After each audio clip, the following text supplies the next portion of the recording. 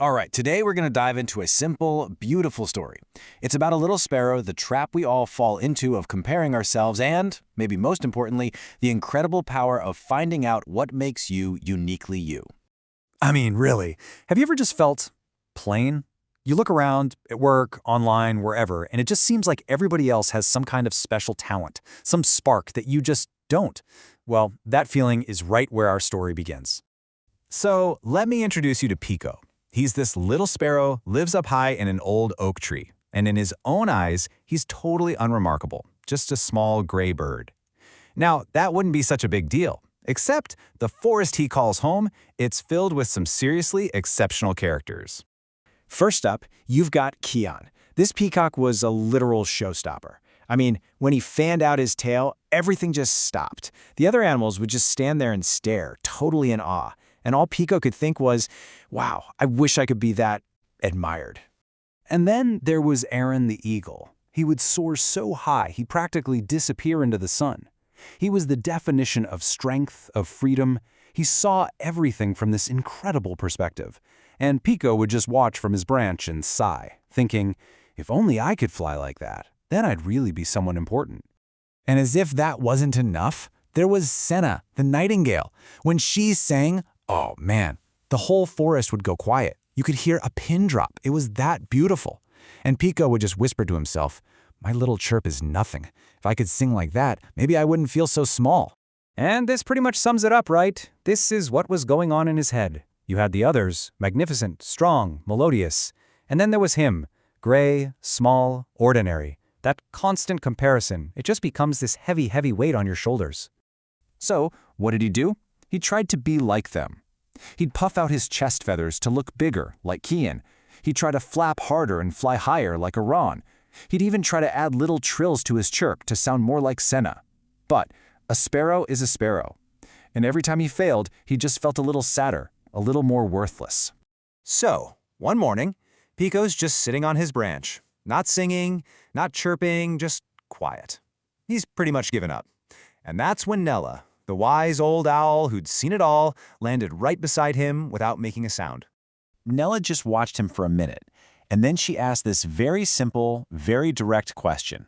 And that was all it took. That one little question was the key that unlocked all the sadness he'd been holding inside. And it all just came tumbling out. Pico told her, what's the point?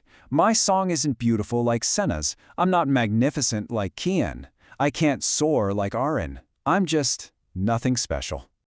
Neela just listened. She let him get it all out, and then she said something that would change Pico's whole world. I want you to really let this sink in. She said, you're not made to be admired, you're made to be needed. That shift in perspective, I mean, that's everything, isn't it? It's a totally different way of measuring your own value.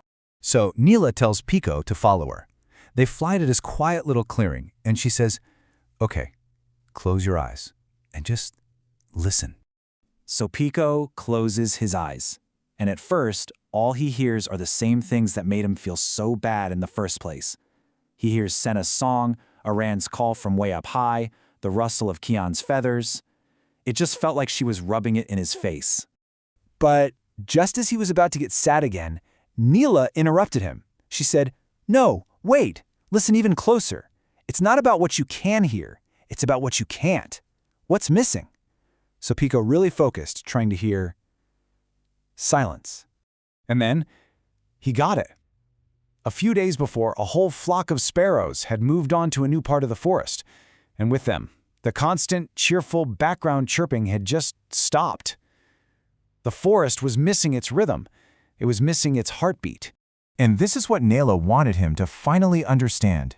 Pico, she said, your song, the sparrow's song, it's the very first sound the world hears every single day. Before Senna sings her beautiful melody, your simple chirp tells everyone, hey, a new day is here.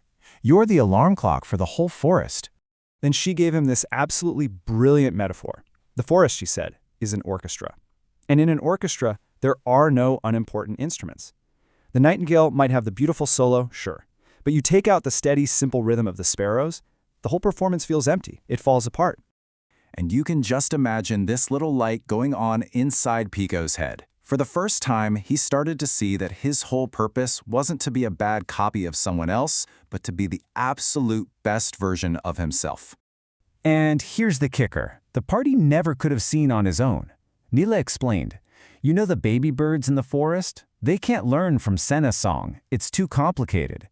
They learn to sing by listening to you. Your simple, happy, reliable song is what gives them the courage to even try." He wasn't just an alarm clock. He was a teacher. He was the foundation.